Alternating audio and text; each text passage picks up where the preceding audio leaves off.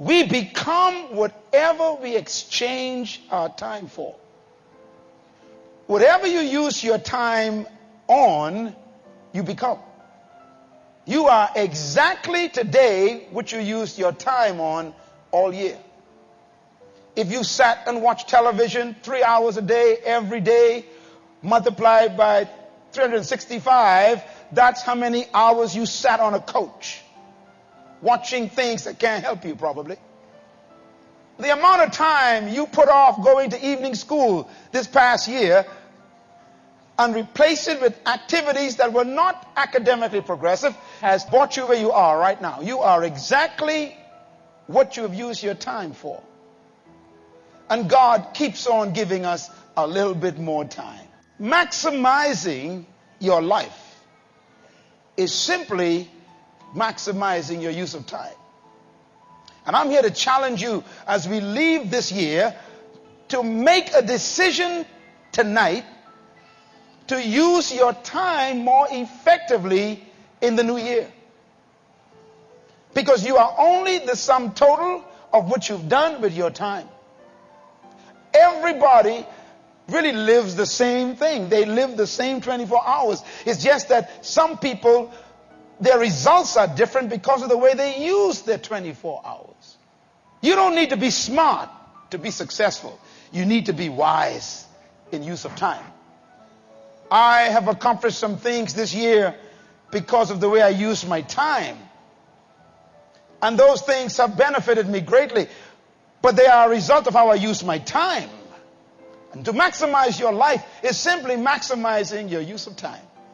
Let me give you a couple of things to think about. I call it the inevitable goal.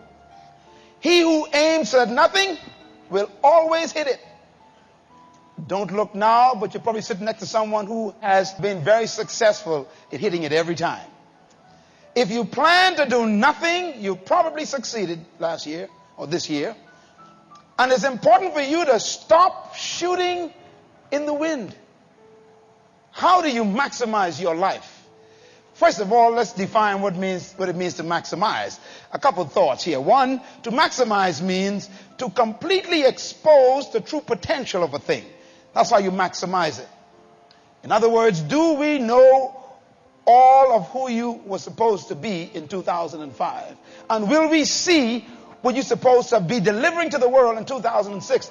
There are certain things that God has already earmarked you to do in 2006, and He's given you 2006 to do it in, and whether you do it or not depends on how you use your time in the new year. To maximize means to go to the end of yourself. Go to the end of yourself. I believe you're not supposed to quit life until you're finished. I don't believe you were born to pay bills. It is not my belief that you were born just to make a living. What a tragedy. No, God gave you birth with a deposit.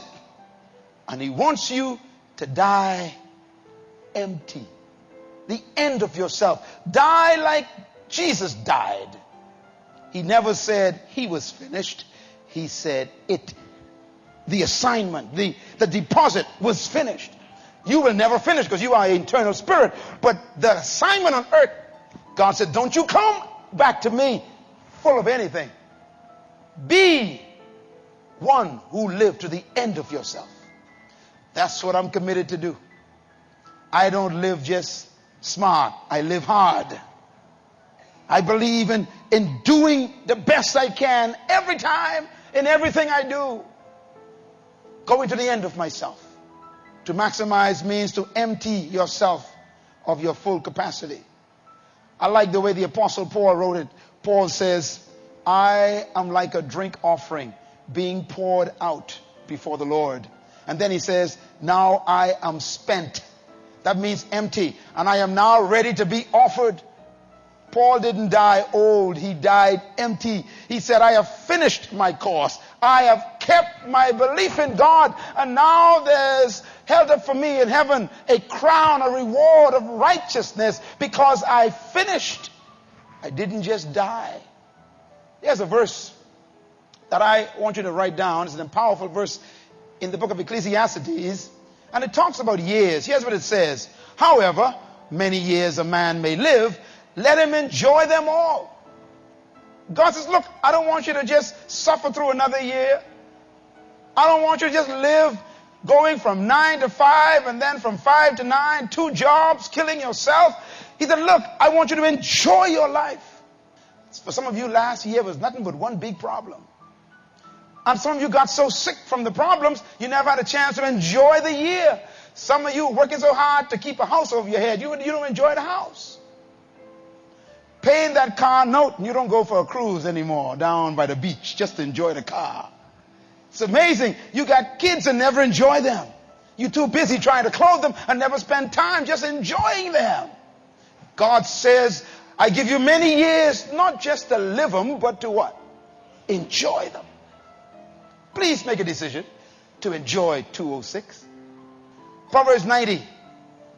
Psalm 90 rather, verse 12. Read this. It says, teach us, O Lord, to number our days aright, that we may gain a heart of what? Wisdom. In other words, be wise in how you use your days. And that term, number our days aright, means teach us, Lord, to use every day correctly. You know what I do every day? Every day, and I've been doing this for years now, I account for what I do in the day that's taking me closer to my passion and my dreams. I try to do something every day that gets me toward my dream. I try to do at least one thing that moves me to my dream. Making every day count. It's in the Bible. The Bible says, teach me. In other words, tonight, he wants you to be taught on how to use every day in 2006. And you got 365 of them. Teach me how to use every day.